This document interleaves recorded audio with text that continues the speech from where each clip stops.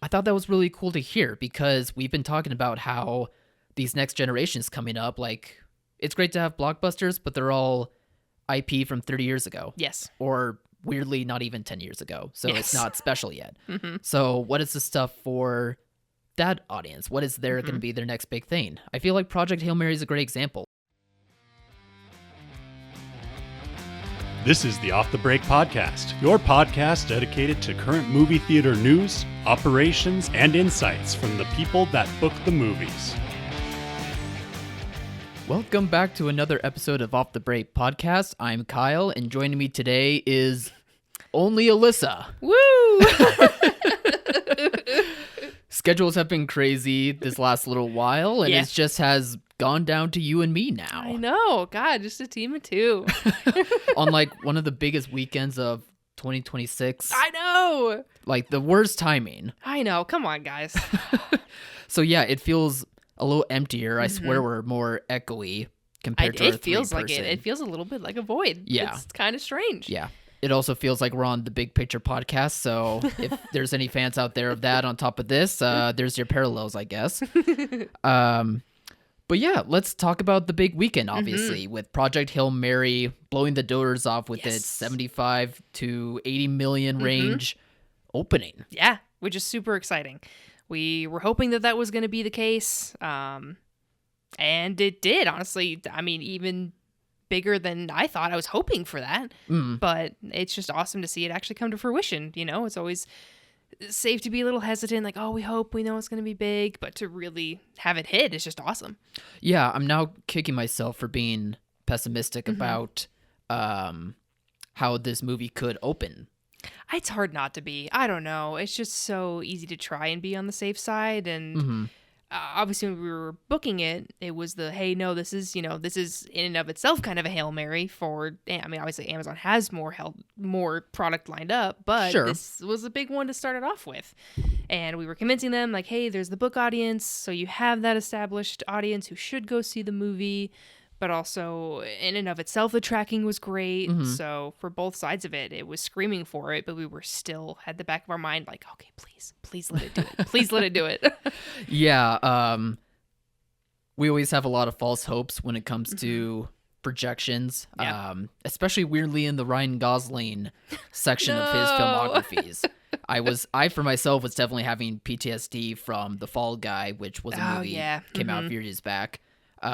Looking back on those numbers, it did fine, but in terms of like a summer blockbuster and the way Universal was handling it, it was coming off of Barbie, like it felt like, okay, this is it. This could be the one. Here we go. But I think this one really did clearly grab hold of pop culture, and I don't think it helps with the Ryan Gosling of it all, but it must help with, it being based on a popular book, perhaps. The visuals in the movie looked incredible. Yeah, they did. I'm sure Amazon was able to back the truck up when it came to like the marketing aspects, not just if like something like Amazon is something we use. Everyone practically uses it all the time. Yeah, so. for sure. Well, and they had to have done it right because it's pretty clear that it's mainly just him in space. Yeah. Like they didn't hide that fact. Yeah. So it still was a draw, even if people sadly for some reason don't want to see Ryan Gosling on screen. It still definitely worked. Yeah, for sure. So I think by all accounts, this movie clearly hit for theaters big and small. Yes. No glaring holes, just worked across the board. Yeah, some of my people, it wasn't huge, but it was still good and it was still decent, which I'll take, because especially for mine, I would normally not put a sci-fi film there. But since this had more of a general appeal, I was like, no, I think we should do it. And it paid off. That's a good point. Like, sci-fi films can be a bit hit and miss just because when it comes to sci-fi, we think of prestige a lot of the time. Yeah.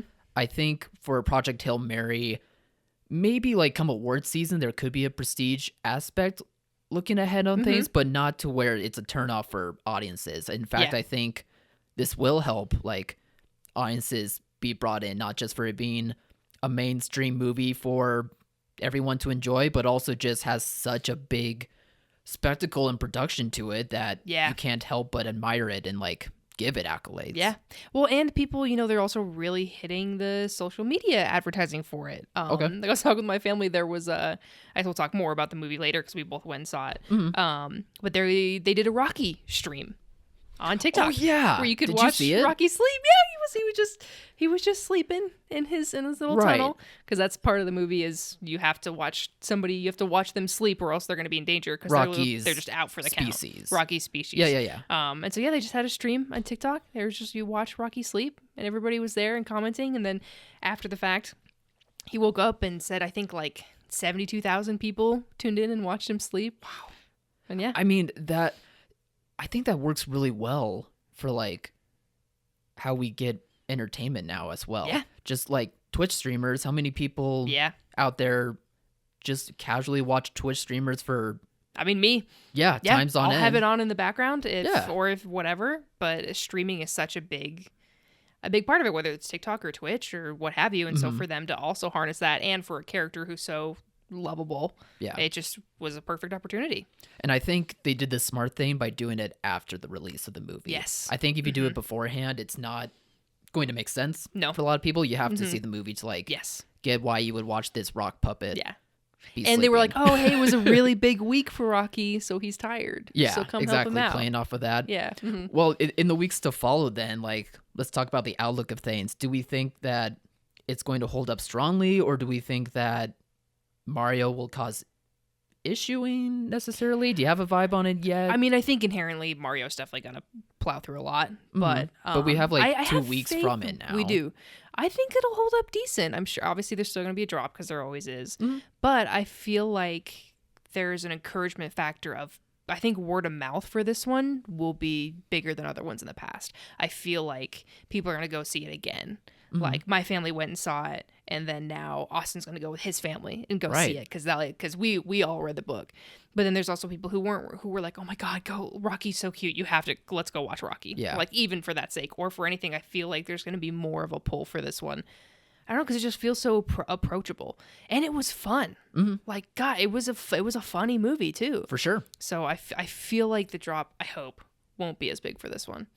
Especially since we have this weekend too, and then Mario, sure, but I hope this weekend there's not that much of a drop off. I think you're right. I just have a good feeling about it. Yeah, I mean, if it's like a 60% drop, that wouldn't shock me. But I think if it's like 50-55, that wouldn't surprise me either. That's what I'm hoping for. Yeah, I don't think that's that out of base. Like you were saying, the movie I was very surprised to a degree by how captured my audience was. Yes. I just because like I was shocked by the wide range of audiences that came to it, like families to like adults that I don't know if they're the sci-fi crowd or not, but everyone was on board with it. Yeah. Like I never felt like there was any moments where it like dries up or people become uninterested. Like sometimes you can feel that in a movie. Yeah. Which is, what makes doing this job great. Yeah. But I think you're right, though. I think the word of mouth is that strong. I don't feel like we're going to get a false hope off of it. I don't think so either. So fingers crossed that does hold up, but I feel like that's what's going to happen. Yeah. But that's also going to continue like the really healthy stage that we're at right now for the year, because I've been seeing Hoppers still hold strong with another 40% drop. It is. And again, with the spring break and people having different spring breaks, that's helped carry it through too. But it's also just good product. So it's nice to see it coast, which we love. No, it's a really good sign. Hoppers so far is reminding me, excuse me, of what happened with the Wild Robot, to where it wasn't like that big of a pop off, but it was fine but it for held up. it held up. It was good enough for the time of year that we were at. Yeah. The movie was very good. Yes. So Hoppers, while this probably isn't like on brand for Pixar for having this kind of success, I think they should be okay with like this outcome, and theaters should also be okay for it. Yeah, I would hope so. Is this one of those titles where theaters are coming off the break for it as well? Or is it like you should probably be playing it immediately? Because I'm wondering if... I guess Mario makes it kind of tough for this conversation, but it does. Should we play it like after off the break? That's what's tough. I have some that they just do off the break anyway, so they will play it. Right. But this was definitely one that everybody opened. Yeah. Because it was kind of a dry spell for kid besides Goat. Kind of a dry spell for kids stuff. So this was just kind of a win-win, especially if we could get straight into Hail Mary. It was a really perfect combo because you have a kids movie for then, and then an adults movie for a couple weeks, and then you got Mario. Yeah. So I don't know. I think most everybody pretty much opened it for the most part. And Project Hail Mary is also strangely a kids movie in a way. We had kids in the audience, yeah, which had a hilarious interaction at one part. Do you want to go ahead and talk about it now? Just with the moment where Rocky busts out and saves Dr. Grace. Everybody was quiet because you didn't know about Rocky. Right. The kid just goes, "Why is everybody so quiet?" Which was just hilarious. Tell me everything's okay. Where's Rocky? Why isn't he moving? I'm gonna freak out. Yep. So it was hilarious. Oh gosh, that's fantastic. Yeah, it's just moments like that are so great. Yeah, weirdly, March and this part of April is becoming what people were expecting May to become in terms of like stuff for kids product. Yeah, no, it's kind of now. Yeah. Yeah. Yeah, so unfortunately, speaking of kids product, Pow Pow Fish just wasn't able to do it at all. No, but I mean, it did decent for Viva. Viva stuff usually does not great. Sure. And this at least did open to like 1 million. Yeah. Which is high for them. Yeah, given their size. Their size. Still unfortunate because especially they did another really popular kids book. So you had that behind it, which I think was why it at least did the best. I think bump of one of theirs. But still not huge. But, yeah, I mean, yeah, it's just a shame. Yeah. I hope that this is a major learning lesson for them and they figure something out because they have potential and it's just nice to keep having extra distributors and extra product to choose from. It is, so and it's great, opening and the they're doors so for them. nice to work with because we can do, if we still aren't holding hoppers, we could do a 5 days of Pow Pow Fish into Mario opening on Wednesday, which is so nice to be able to have that wiggle room and still like one last other kids thing in there. Guaranteed probably more for younger kids than older, which is still fine.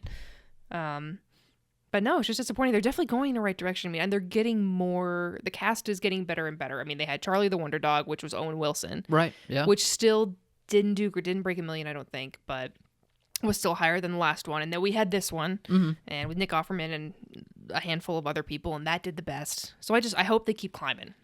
I hope for their sake they keep going. I don't know, but we gotta root for them. So it was just a bummer because like they clearly were putting in the effort. Yes, but I think given their size, that's still like a big upheaval. Maybe that's the right word. Yeah. So just hopefully moving forward, like that's a big lesson for them. Yeah. There was one other thing. What you were saying about their successes and them getting better after each release. Yeah, I think in terms so. of results, that's what it feels like.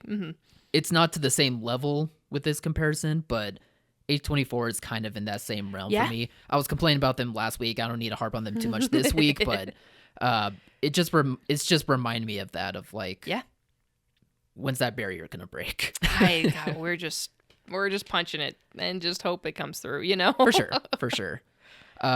So I guess the only other thing to mention is just the reminder of Mario. The next Mario movie is opening up on a Wednesday. Yes. April 1st. Which always trips some people. Yeah.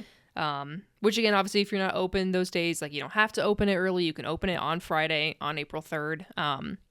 But just know the option is also there. It does open Wednesday. So if you, we pretty much have it all set in stone now. So usually you guys know when you're going to open it, but just a reminder to double check, make sure everything's set so keys can be released on time, all that jazz. You've probably heard from Shayla and I a handful of times about that, so this is no surprise.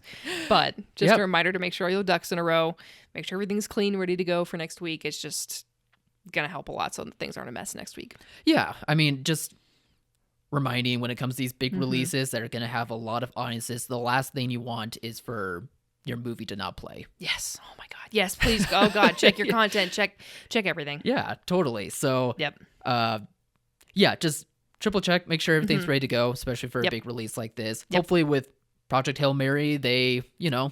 had that practice, and now you're ready to go for Mario. For the big one. So yeah, let's talk about a bit more about Project Hail Mary, because we both had experiences going to see that this weekend. Yes. Yeah. Do you want to start, or do you want me to start?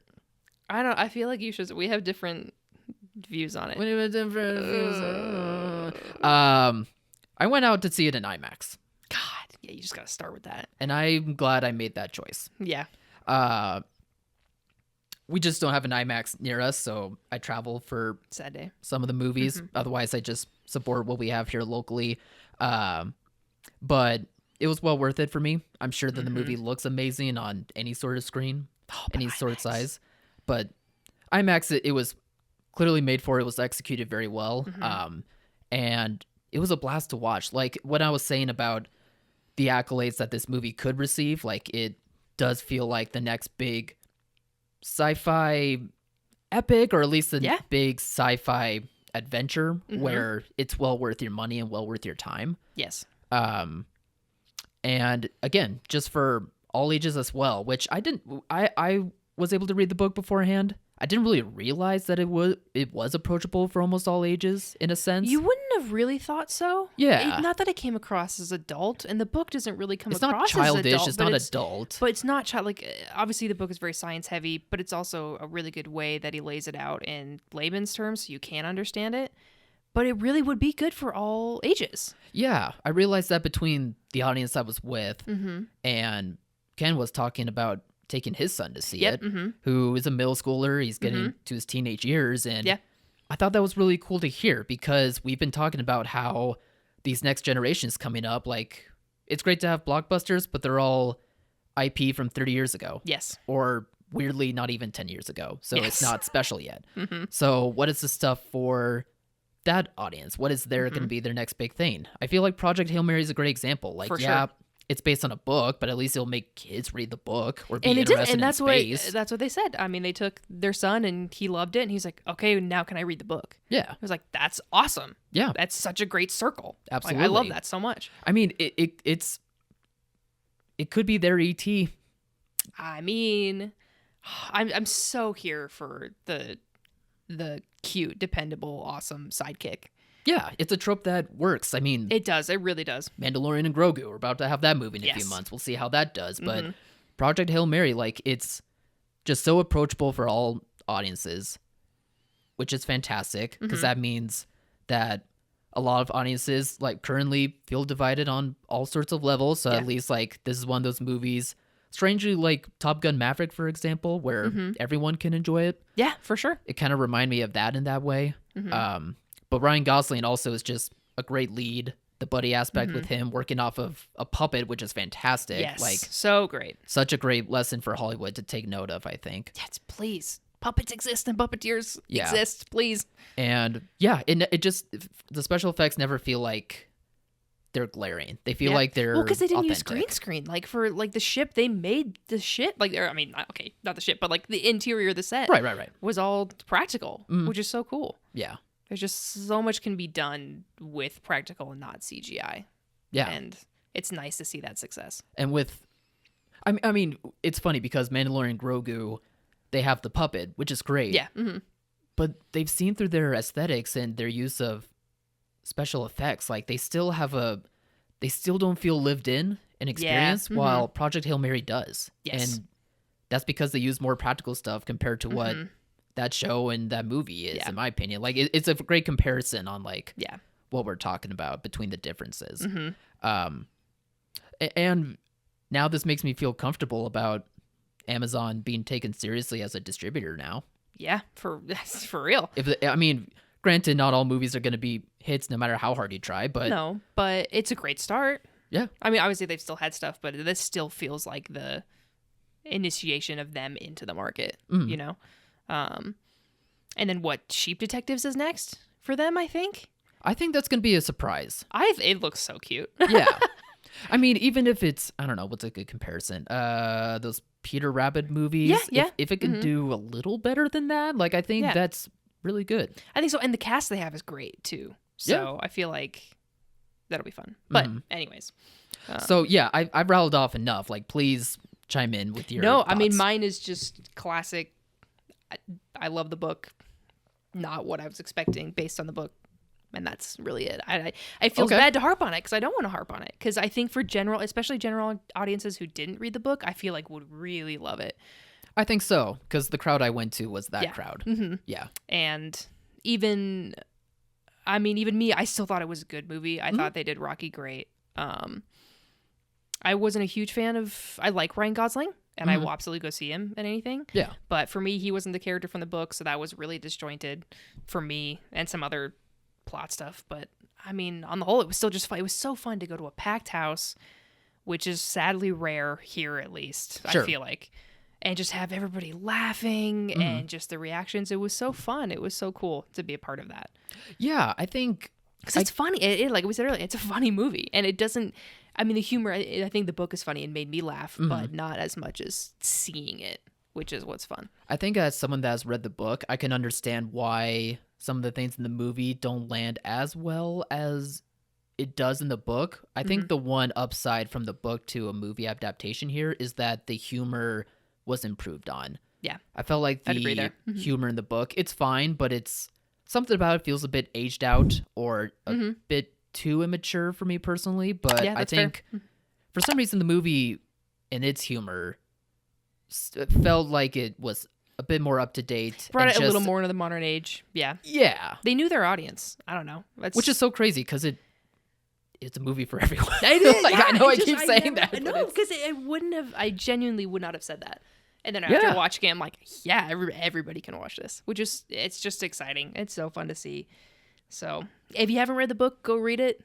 Yeah, it's fun. It's a good book. It's a good read. It goes fast, and Andy Weir's a great author. I mean, obviously we have the success after The Martian too. And now I don't know if Artemis is another one of his books that I'm not sure if they're going to adapt. But at this point, I don't see why they wouldn't. Sure. But so yeah, maybe we'll see the next not installment. They're not like a series or anything, but I've been seeing a lot of people now remembering The Martian. I mean, granted, it's been 10 years ago, but that movie was a hit as well. It was great, and this one's probably a better movie in my opinion. But... I think so too. Well, it's tough. I don't know. Again, I'm obviously a huge Rocky fan. It was so fun to watch it just for him. But The Martian's still great. Yeah, I rewatched it before this movie. Oh, did you? Yeah. So, we also made the mistake of watching Interstellar before we watched this, which is just god tier. It's clearly inspired by Interstellar in some ways, but it's not the level of Interstellar. No, I don't know what can be. No, it's like special effects wise, I give it to Interstellar, but story wise, I probably prefer this more. Okay, I had a very random thought. Go ahead. We had not talked about this yet. What did you think of the music? I hated it. Score-wise or song choice-wise? Song choice-wise. Because score-wise, score-wise is great. Was great. But then there would be songs that would come in, and it would literally take me out of the movie. And I was like, why is this here? What is happening? I get that. I thought that was so strange. I get that. It's definitely I think the needle dropification of the 10s, you know, where we relied on like the hits of the 70s and 80s, which have great songs. Oh, yeah. They work very well, strangely, for like sci-fi movies. Yeah. But I think it's fair to criticize that. Some of it weird to me. Yeah. Okay. I haven't had the experience where I thought pulled out of the movie and go, why? What are we doing? Why is this here? Had not had that happen in a very long time. So that was unfortunate. But on the flip side, the score is incredible. Yeah. And at a time where film scores, in my opinion, are not really thought of enough, like this one was very, very well done. So yeah, go see it. Go see it this weekend. Read the book and go see it. Go see it, then read the book after. Yeah. Whatever you want. Take your kids. Take the family. you can. Like it is like a great family movie where it's a little something for the adults, for the kids. Just very well done. Yes. Anyway, let's move on to the final thing for today, which is your popcorn bucket pick. Yes. You chose Hot Fuzz. I love this movie. Yeah. I was going to put in something that I hadn't seen. But then Hot Fuzz. I was like, you know what? I just love this movie. Times are stressful, and it's fine. It's fun to just watch. I mean, all these picks have been fun, though, you know? Yeah, for a category that we had debates about, like, how we're going to do this or, like, what this even is. This has worked out really well. It's worked out great. No, Hot Fuzz is so good. Like, I remember how much I enjoyed it, but I forgot how sharp of a movie it is. Yes. Sharp is a great way to describe it. Yeah, just from how energetic and bouncy the entire movie is with like the direction editing of it. I mean, Edgar Wright. Edgar Wright, he is a pro at doing that. Yes. Honestly, that was kind of missing from his Running Man movie. It was, and that's why, because Hot Fuzz is one of my favorite movies. Yeah. And just, yeah. Yeah, I get what you Sad day. mean. Yeah. But here it's like the expert is at work. Yes. And I was having a debate but I was talking to Cody that between Shaun of the Dead, which he and Sean, I just forget his last name. Oh, Simon Pegg. Simon Pegg, excuse me. Simon Pegg and Edgar Wright, between Shaun of the Dead and Hot Fuzz, the two movies they've worked on, which one I would like more? I think now I have to say Hot Fuzz. I do prefer, Shaun of the Dead is obviously great. Yeah. And is fun, but Hot Fuzz is just one that I'll just put on again because it's just fun. Yeah, it's just a tighter idea. It's executed really well. Everything's taken up a notch from their work on the previous movie. Yeah. And I think like it's very silly, very energetic, but it still has like some good nuance to like build upon its own story. Like there's just great cuts with like what is going on in this quiet town that he knows something is up because he's like that good of a cop. But it's just really great with like what they do on a visual level and also on a written level. Yeah. It's clever. It's tight, like you said. The pacing's great. And then you just get the reward of the last 15, 20 minutes of pure chaos. Which is so the action scene fun. is awesome. Action scenes are so good. They're so fun. And since it's an Odd Couple movie, Simon Pegg and Nick Frost are obviously great together. They are. I like that every movie they almost find a way to not be the same characters, but I still know they have like the a same new relationship every time. Yeah. But great chemistry. And it does a really great job to where neither of these characters like they do like each other, but they just have such different personalities, but they don't fault each other for their personalities. Not exactly. Yeah. But yet they still butt heads, even though Nick Frost's character obviously doesn't know it. Yeah. For a while. For a while. But I also thought that was kind of a sweet notion between like big city point of view versus small town point of view as well. Yeah. Like that was a nice touch on it too. Yeah, it's just a great balance and just a fun time. Yeah. Yeah. I think, do you have anything else to No, add for I it? mean, But it's so fun to watch Edgar Wright films. I just love his pacing and his directing style is so, I've said it over again, it's clean, it's tight, but it's fun, it's different, it shakes it up, and his point of view, it's just so fun to see what he does. And that's why we had such high expectations for Running Man. Which was still a good fit. movie, yeah. Yeah, but compared to his filmography, was missing the fun, which is crazy to say. Yeah. But it I just get makes what me you want mean, to watch more of his movies, which is great. Yeah. So, with that said, we have two more Still got a picks out of couple in here. Okay, yeah. Let's see.